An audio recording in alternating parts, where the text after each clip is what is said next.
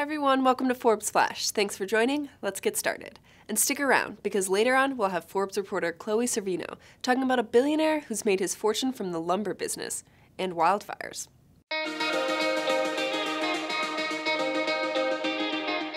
Remember that privacy scandal that kept Facebook in the headlines a few weeks ago? Well, investors don't seem too concerned anymore. Company shares are up 23% since the end of March, which means so is Mark Zuckerberg's fortune. The CEO is now worth $74.2 billion. The 33-year-old is up $13 billion since the end of March. Not a bad recovery, Zuck. Here's a few stories you might have missed this past week. Recent FDA guidance warns about the dangers of consuming too much caffeine. Toxic side effects are observed at just 0.15 tablespoons of pure caffeine, and the risks of caffeine overdose increase as the caffeine consumed becomes more concentrated. So, products like concentrated powders and pure liquid caffeine are especially dangerous.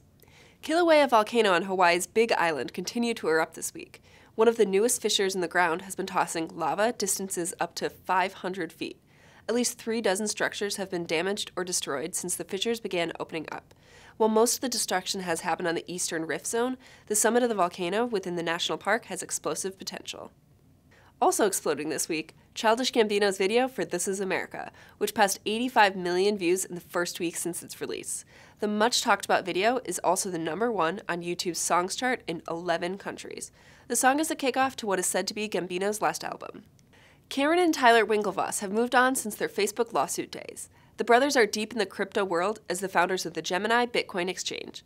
This week it was announced that the exchange would add support for Zcash, a privacy-focused cryptocurrency worth over $1 billion. That makes them the first licensed Zcash exchange in the world. Part of the appeal? Zcash has a privacy-protecting feature that allows counterparties to engage in trade without knowing anything about each other.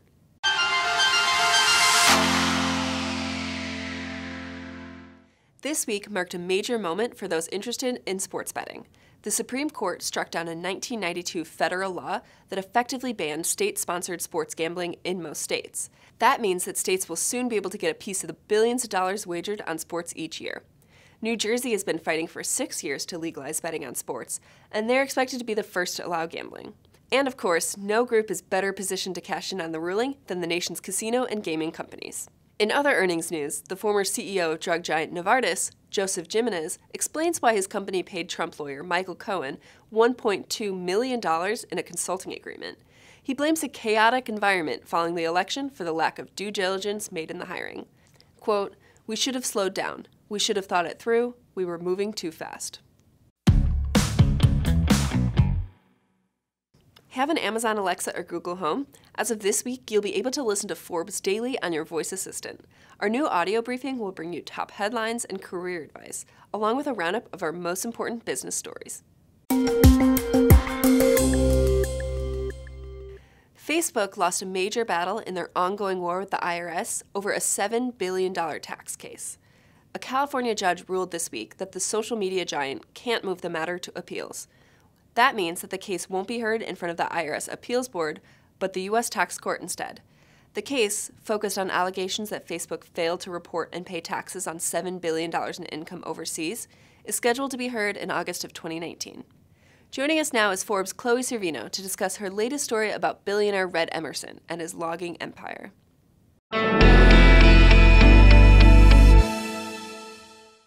Red Emerson is the richest timber billionaire in the country. He's also the third largest landowner in America, and Sierra Pacific Industries has a $1.5 billion in revenue a year, and most of that comes from lumber. Because Sierra Pacific Industries is the largest purchaser of logs from federal forests, and it's based in California, often these logs are coming from areas that have been affected by forest fires. The problem with this is that more than 250 scientists oppose this. It's really bad for the environment. It exacerbates climate change, and it's stripping a lot of public land of key nutrients that trees need to be able to grow back. So that's creating, I had one scientist tell me, wastelands and areas of mass devastation on public land, and taxpayers are paying for this. One scientist told me that overall logging on national forests costs taxpayers $1 billion a year, and half of that, $500 million, is for post-fire logging, and especially that being so devastating, it's creating issues. At the same time, Sierra Pacific Industries says that it's their right to do this. The government's selling it, and they're just trying to make good of a bad situation. One of the reasons why post-fire logging is still around and companies like Sierra Pacific do it so much is because they get to pay pennies on the dollar for these logs when they're bidding on government contracts. So they can make a good amount of money from these logs if they find the right contract and they can get the right contractor to come in and actually clear the logs. And we're estimating that their EBITDA margins on some of these logs could be as high as 40% compared to their overall margins of 25%. So this is a really profitable niche for them, and going unchecked, it has a lot of potential environmental issues.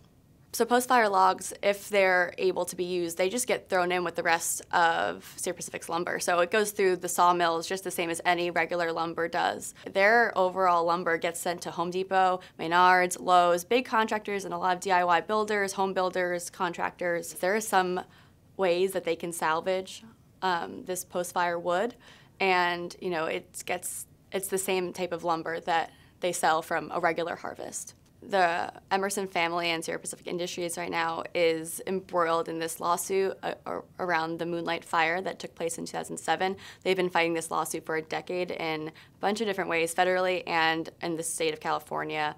But essentially it boils down to a fire that started while Sierra Pacific Industries was logging a piece of land that a contractor was doing for them.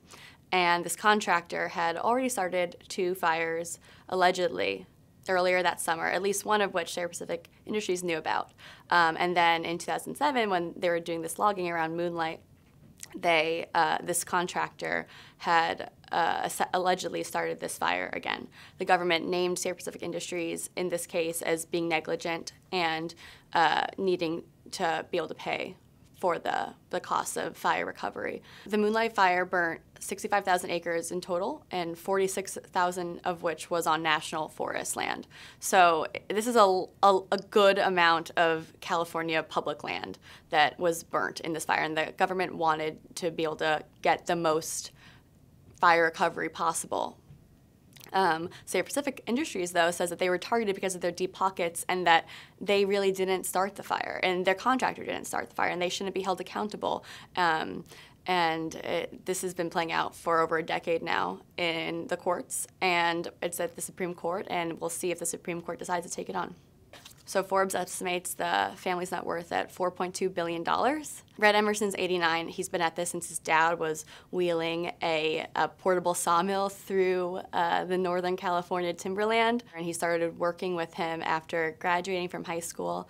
And he realized he had a knack for figuring out how to get the most out of any log. And so he's been at this for, several decades. And now, for the past 4 decades, his 2 sons have also been in the business. Red has 13 grandsons, and at least 4 of them are already in the business. So this is a family business that's going to be around, for the long haul. Thanks for joining us. Tweet your feedback using #ForbesFlash, and we'll see you next week. Tune in every Friday morning, same time, same place.